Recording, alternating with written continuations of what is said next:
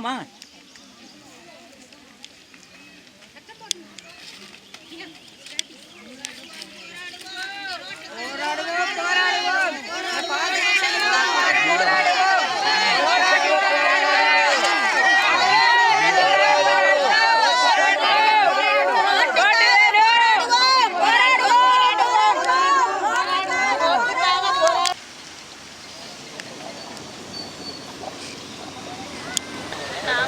நாங்கள் வெவண்டன் மக்கள். எங்களுக்கு வந்து தித்வா புயலுக்கு அப்புறம் 8 மாத காலமாக ரோட் பிரச்சனை இருந்துக்கிட்டு இருக்குது. எங்களுக்கு ரோடை செஞ்சு தரேன் இன்னுமே எங்களுக்கு செஞ்சு கொடுக்கல.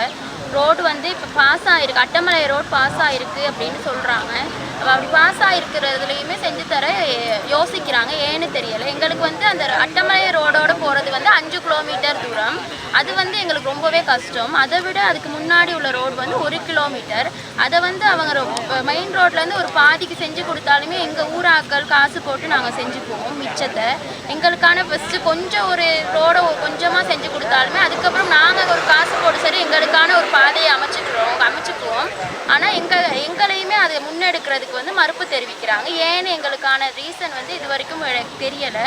அந்த ரோட்னால வந்து ஸ்கூல் பிள்ளைங்க வாழ்க்கை பாதிப்படையுது. ஸ்கூல் போகிறது வந்து ரொம்பவே கஷ்டமாக இருக்குது. நாங்கள் கலாச்சார மண்டபத்துக்கு தான் ஸ்கூல் அனுப்பணும். அதுவே ரொம்ப கஷ்டமாக இருக்குது.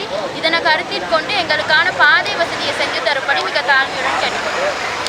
சரியா, இந்த தித்வா புயல் வந்து ஏற்பட்டு 2 மாதம் ஆகிடுச்சு. அப்போ இந்த ஸ்கூலில் தான் நாங்கள் ஸ்கூலில் வந்து அதுக்கு பிறகு அந்த அந்தமான் கலாச்சார மண்டபத்தில் இருந்தோம். அதுக்கு பிறகு அவங்களே தான் வீட்டுகளுக்கு போக சொன்னாங்க. வீடுகளுக்கு வந்துட்டோம்.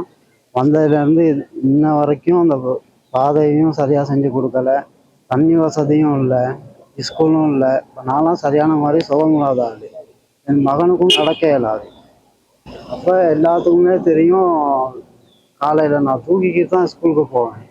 அதனால தயவு செஞ்சு ஜனாதிபதி அவர்களுக்கு இதை தெரிவித்து கண்டிப்பாக இந்த பாதையும் இந்த ஸ்கூலையும் மீண்டும் இதே அமைச்சு தருமாறு மிக அன்புடன் உள்ளது.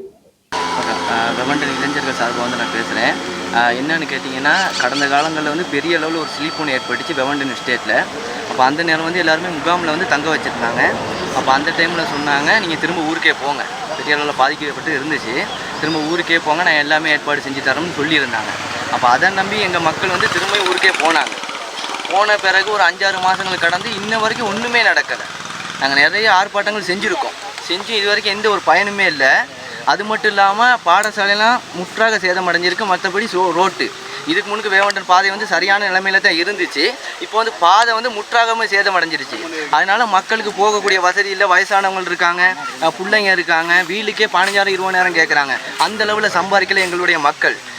மேலதிக செய்திகளுக்காக எமது யூடியூப் தளத்தை சப்ஸ்கிரைப் செய்யுங்கள்.